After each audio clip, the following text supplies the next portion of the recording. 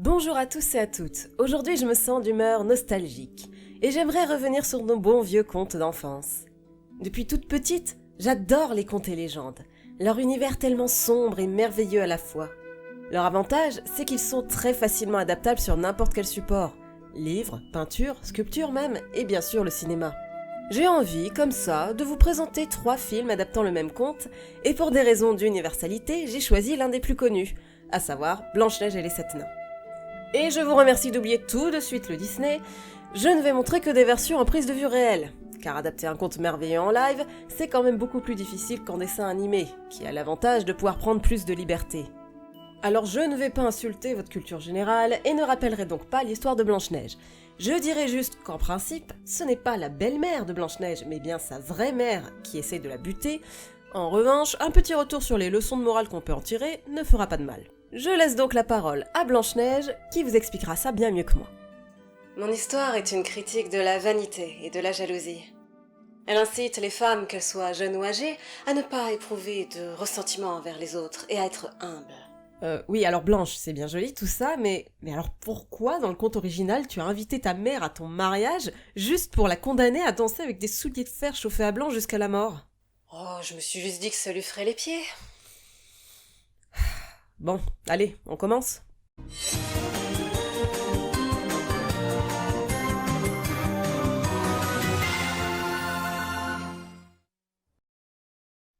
Dans Blanche-Neige et le chasseur, une belle sorcière réduit un pays à la désolation et à la mort en épousant et assassinant son roi. Elle emprisonne la petite princesse, Blanche-Neige, et aspire l'énergie vitale de toutes les jeunes filles du royaume pour rester éternellement jeune. Mais alors que son miroir magique lui prédit que Blanche-Neige, devenue plus belle qu'elle, causera sa perte, Blanche-Neige parvient à s'échapper du palais. Avec l'aide d'un chasseur taiseux, de 7 nains et d'un ami d'enfance, elle essaiera de monter une révolution contre la méchante reine. Le film est clairement destiné à un public adolescent ou de jeunes adultes, puisqu'il fait référence à beaucoup d'œuvres de la culture populaire. On pensera par exemple au Seigneur des Anneaux et au Hobbit de Peter Jackson, mais aussi à Princesse Mononoke de Miyazaki. L'univers dans lequel se déroule le film est donc très travaillé esthétiquement, avec des costumes et décors impressionnants, bien que certains effets spéciaux soient assez moches. Ainsi, il s'agit moins d'un film de conte de fées qu'un film d'aventure fantasy à l'allure d'un conte gothique. Ce genre de film a d'ailleurs bizarrement explosé entre 2010 et 2014, avec notamment des films comme Le Chaperon Rouge, Hansel et Gretel Witch Hunters, ou encore Jack le chasseur de géants. Il y a eu un véritable marché du blockbuster de contes revisités façon fantasy, avec visiblement un bon budget derrière chaque film.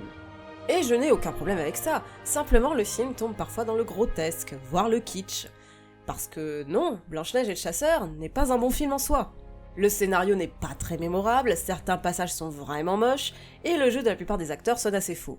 En outre, je trouve qu'il repompe pas mal d'éléments de Blanche-Neige le plus horrible des contes, un téléfilm assez médiocre qui pue le manque de budget, comme par exemple l'horrible frère de la méchante reine.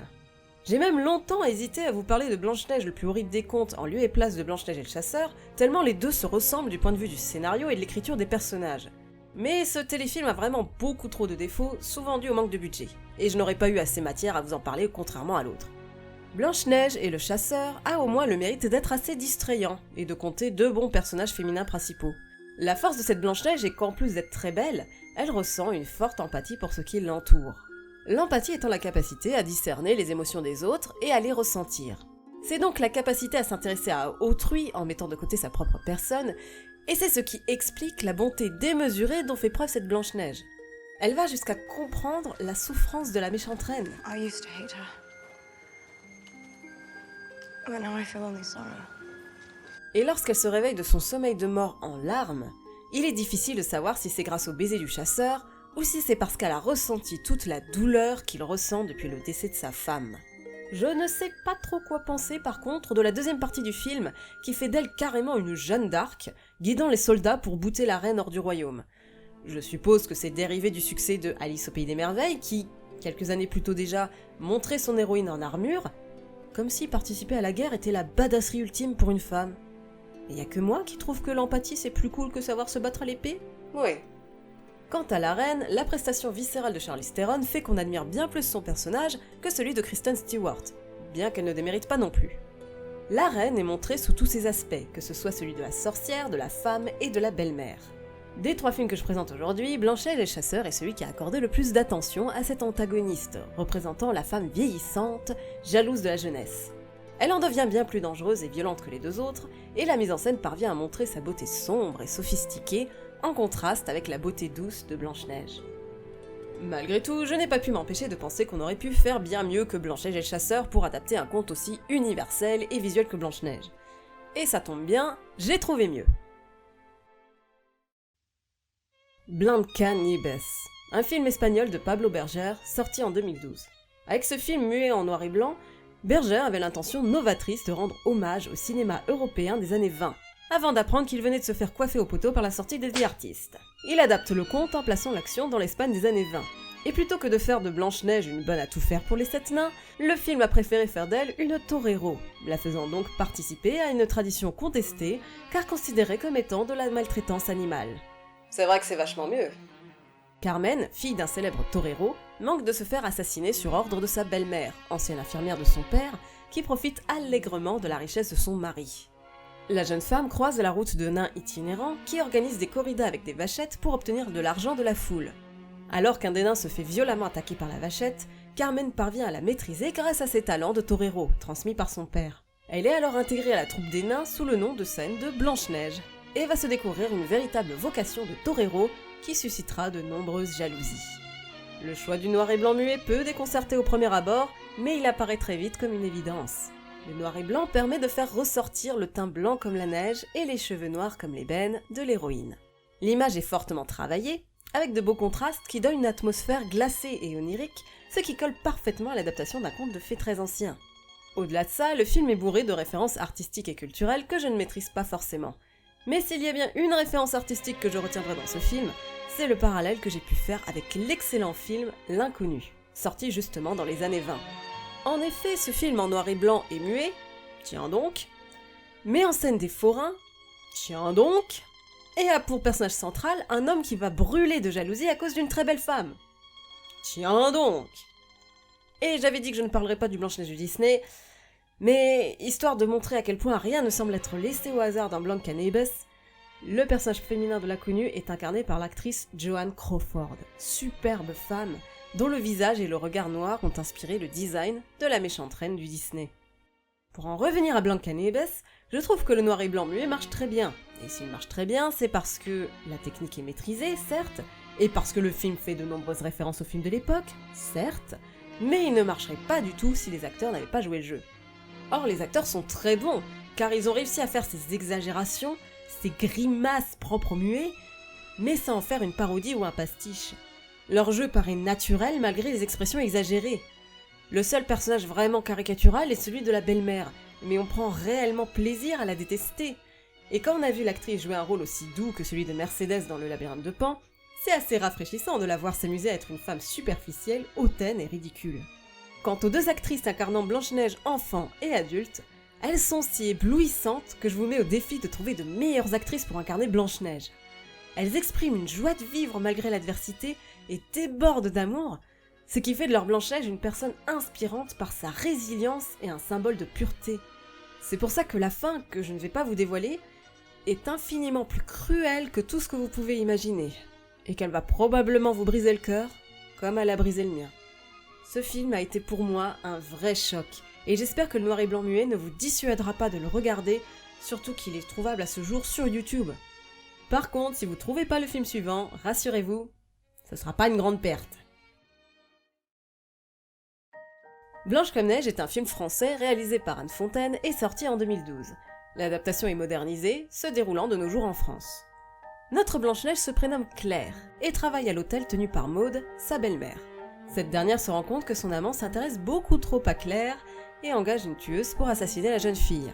Mais un passant la sauve in extremis et la recueille chez lui. Claire, jusque-là assez prude, va découvrir les plaisirs de la liberté sexuelle. Alors on pourrait se dire à première vue que le film se contente de réaliser le fantasme porno de Blanche-Neige se tape les 7 nains. C'est pas pire que le fantasme la belle se tape la bête. En réalité, la réalisatrice a surtout l'intention de faire de notre Blanche-Neige une femme innocente, vivant sa sexualité sans complexe, sans attache et surtout sans jugement. Mais cette intention va complètement se casser la gueule en raison de diverses maladresses. Déjà, les références aux contes et l'écriture de Blanche comme Neige sont loin d'être subtiles. Dès le début du film, on a tout un dialogue sur la couleur des pommes, qui, en plus d'être très mal joué, n'est ni nécessaire, vu que Claire ne mordra jamais dans une pomme, ni drôle, car trop lourdingue. Quant au prénom de l'héroïne, Claire, il est là encore expliqué par un dialogue qui va avec de gros sabots. Ça vous va bien, Claire? Non, parce que vous êtes pâle. Enfin, moi, j'aime... Ouais, voilà, j'aime les filles pâles, quoi. Alors je comprendrais ce genre de dialogue explicatif si le conte n'était pas très connu, genre Blanche-Neige et Rose Rouge, ou La petite marchande d'allumettes. Mais là, on parle de Blanche-Neige et les 7 nains, les gars. À titre de comparaison, Blanca-Nieves ne dit jamais que la pomme empoisonnée est rouge, mais malgré le noir et blanc, votre esprit va nécessairement se dire que la pomme est rouge sang, parce que vous connaissez très bien le conte. Blanca-Nieves ne vous prend pas pour des cons, lui. Bon, en parlant de couleurs, on peut au moins reconnaître au film un travail technique sur les couleurs, assez pimpante, voire saturée, pour un effet ensoleillé et printanier. Mais à part ça, et la scène de danse finale où Claire explose d'amour et Maud de haine, la technique et la mise en scène du film sont loin de marquer les esprits.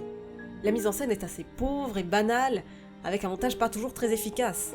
Et la preuve ultime que les gens ayant travaillé sur ce film préfèrent se reposer sur des dialogues explicatifs que sur une réelle mise en scène, c'est tous ces passages où Claire explique à l'oral qu'elle découvre qu'elle a des désirs et qu'elle veut les réaliser.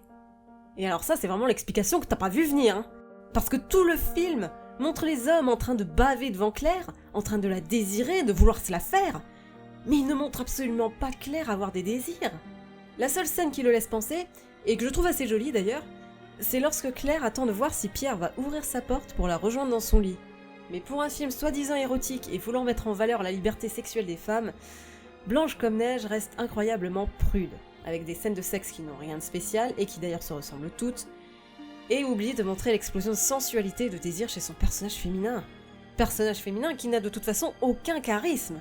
L'actrice est certes très belle, mais on est loin, très loin d'un personnage censé faire tourner la tête de tous les hommes qui la croisent. Je vous invite à comparer le charisme de cette Blanche-Neige avec celui par exemple d'Emmanuel Béard dans L'Enfer, Laetitia Casta dans Gainsbourg Vie héroïque ou encore de Fanny Ardant dans Vivement Dimanche. Alors ok, les exemples sont datés, mais ils sont tous français, donc on va pas me faire croire que les françaises charismatiques n'existent pas. Et notre Blanche-Neige ne donnant pas l'impression d'être particulièrement intelligente, drôle, douce ou résiliente, on se dit qu'elle est admirée uniquement pour sa beauté, ce qui fait passer tous les hommes du film pour des cons. Bref, c'est un film raté, une adaptation inintéressante du conte de Blanche-Neige qui étire les aventures sexuelles sans saveur de son héroïne et qui n'a que quelques éclairs de lucidité. En conclusion, si vous avez une soirée à thème Blanche-Neige, je vous recommande particulièrement Blanca-Nieves. Éventuellement, si vous avez envie de quelque chose d'un peu plus divertissant, vous pouvez vous offrir Blanche-Neige et Chasseur. Et si vous avez envie de vous faire chier ou de vous faire chier vos invités, Blanche comme Neige me semblera plus indiqué. Pour le mot de la fin, je vais laisser la parole à Blanche qui a un dernier message à vous faire passer. Merci. Alors, à tous ceux qui pensent que je suis une nunuche un peu conne, je tenais à rétablir une vérité. En fait, j'avais parfaitement reconnu ma mère déguisée en vieille dame. C'est juste que j'ai fait semblant d'avaler le morceau de pomme et de tomber raide morte. J'ai ensuite attendu que le prince, que je savais nécrophile, arrive et signe un contrat avec les 7 nains pour m'emmener. J'ai recraché le morceau de pomme et j'ai pu épouser Stockard. Voilà. D'aucuns diront que je suis aussi manipulatrice que ma mère, mais... Comme disaient les Anglais, la pomme ne tombe jamais très loin de l'arbre. Being evil has a price.